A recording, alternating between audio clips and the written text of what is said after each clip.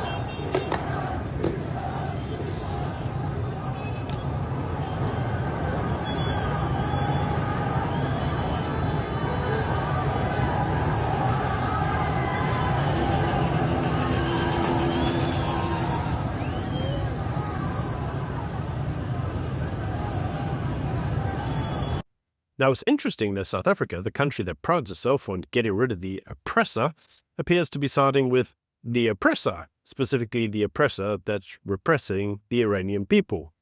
So let's move swiftly on to Australia. Specifically, let's look at Albanese. Now, for those of you who don't know, there was a shooting in Bondi Beach, well, in Sydney, and I covered that on numerous videos this year. Now, following that shooting, the Prime Minister of Australia was very slow to react and provide condolences to the Jewish community.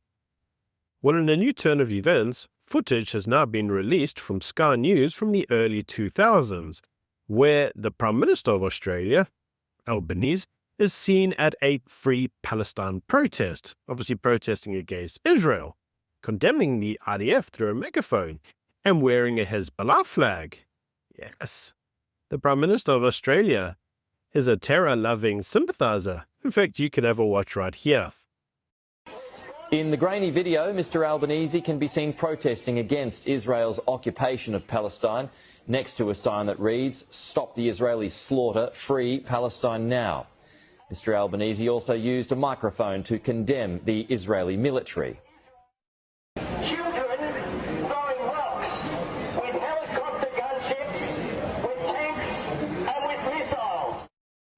Now, if the clown show that is South Africa and Australia wasn't enough, if you watched my video from yesterday, I did a video yesterday around the Egyptian activist, well, a terrorist that has now been deported to the UK after Keir Starmer directly got involved and said that he wanted to get this individual to somehow get some form of asylum into the UK. In fact, Keir Starmer actually went on to grant the individual emergency citizenship in order to get the individual into the UK. Well, almost immediately upon arriving, all of his tweets, some very spicy tweets, seemed to surface in the public. And if you haven't already watched that video, it's a real doozy. Go watch it. Well, many individuals noted that Keir Starmer had now imported himself his very own jihadi, and this led many individuals to ask, why? And in response to that, Keir Starmer said, well, he actually didn't know anything about this individual's posts, which led to the Conservative Party and Reform UK demanding his deportation and his citizenship revocation. But you see, the problem was that it then appeared that Egypt came out and said, well, actually, you did know all about this because we told you about it and you ignored it. Well, said activist has now come out and said that actually it's not his fault at all, and that really what's going on here is that he is a victim of a Zionist campaign. He says that despite loads of tweets where he called for the killing of Zionists, where he denied the Holocaust and gave loads of racist abuse to white British people specifically, he says that actually he doesn't really owe anybody an apology because it's all a Zionist campaign against him. Yep, in other words, all your fault. It's your fault that he's hitting you, so stop hitting yourself. So why is it a Zionist campaign? Well, he claims that it was Zionist journalists who were bringing all of his spicy tweets to the public foray. Yep, that's right. It wasn't his fault that he said all these things. And the fact that you noticed it, well, the fact that you've read them, that's the Jews' fault. And in case, Keir Starmer has now responded, saying, yeah, he ain't going to deport the guy, because he thinks there's nothing wrong with him, and he's okay. Yes, the whole world is a clown show. So let's move on to the clown show that is Africa, specifically Somalia and South Africa. So what's actually gone on? Well, Israel has become the first country to formally recognize Somaliland as an independent state. Now, here you say, what the hell is Somaliland? Well, I didn't know either. In fact, nobody seems to know. Somebody actually asked President Donald Trump whether he would recognize the existence of Somaliland, and he said, what's that? Well, in any case, Somaliland actually declared independence from Somalia in 1991, after the collapse of the Somali state. I really would highlight, there is no such thing as a Somali state. They don't really have one. It's a country that's basically been in a civil war for ever. Why? Well, because of jihadis. Anyway, since then, since they actually declared their independence, Somaliland has operated as a de facto state.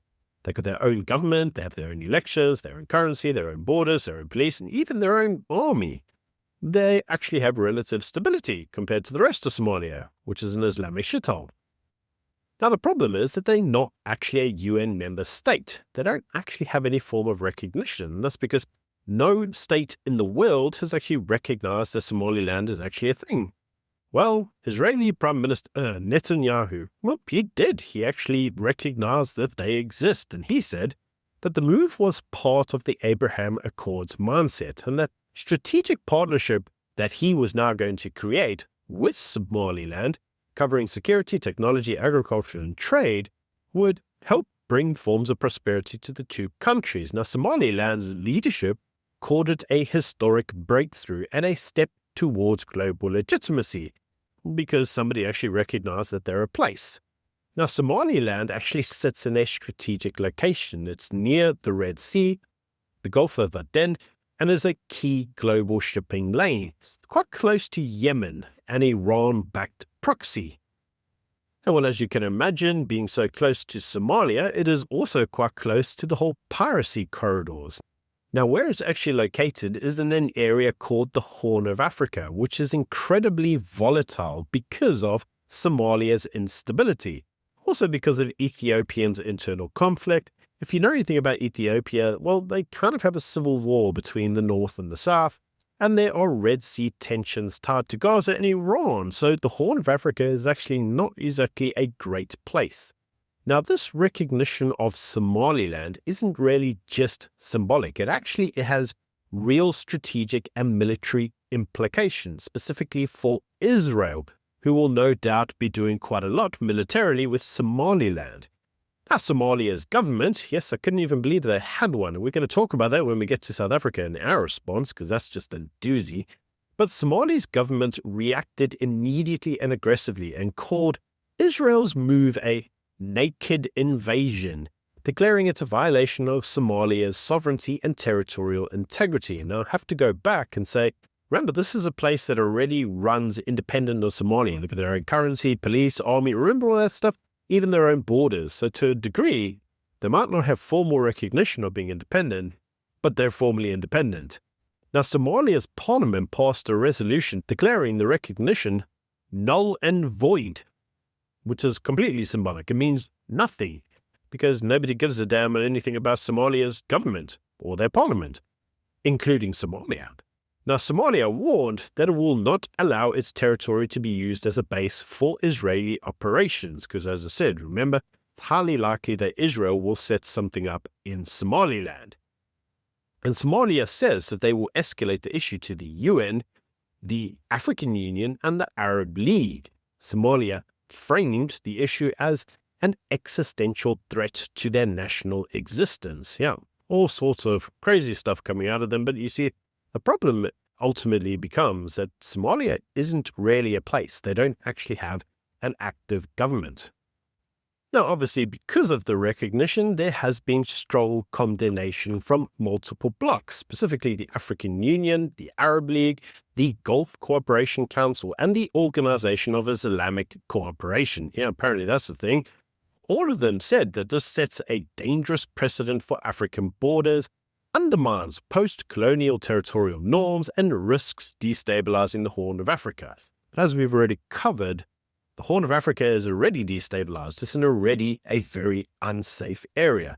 Now, the United States publicly declined to follow Israel, and they said that they reaffirmed the recognition of Somalia as a single state, so not as a split entity. Now, Saudi Arabia was the one who gave the biggest rebuke, saying that the recognition itself damaged the prospects of Israeli-Saudi normalization in terms of their diplomatic ties. There have been allegations who have surfaced that Somaliland's recognition could be linked to a resettlement or expulsions of Palestinians from Gaza to, well, Somaliland. Can't really see why you'd have your brand new land and then just destabilize it with, well, Palestinians, who are historically notorious for destabilizing areas. In any case, Somalia explicitly rejected any form of linkage, and Israel denied forced resettlement plans. Nevertheless, the rumors have intensified, and they always intensify because obviously there's always something underhanded when it involves the Jews, with this intensified opposition coming mainly from the Muslim world, with the issue of Gaza continuing to be the major propaganda tool used against Israel. Now, Al-Shabaab, an Al-Qaeda affiliate, issued threats warning that it would fight any Israeli presence in Somaliland. So if they do set up bases there, well, they can expect lots of homegrown terrorism, and said that the recognition may increase terror targeting risks and turn Somaliland into a symbolic jihadist target, which raises the cost of recognition for Somaliland domestically and regionally. Was it worth it? Now, protests inside Somaliland have been suggested to be occurring in the Arab-controlled media. They say that despite government celebration, protests have erupted, especially in Burma, where they were waving Palestinian flags and chanting anti-Israeli slogans. Yes, nothing says Somaliland like waving the Palestinian flag.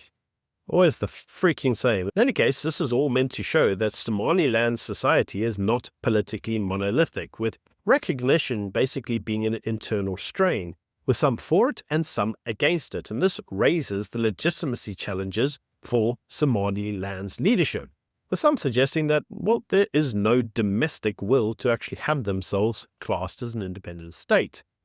I'm not sure that that's really true. Like I say, all of this news came out the Arab-controlled media, but when I've seen some of the clips online, I'm seeing celebrations such as this one. So good. We made it.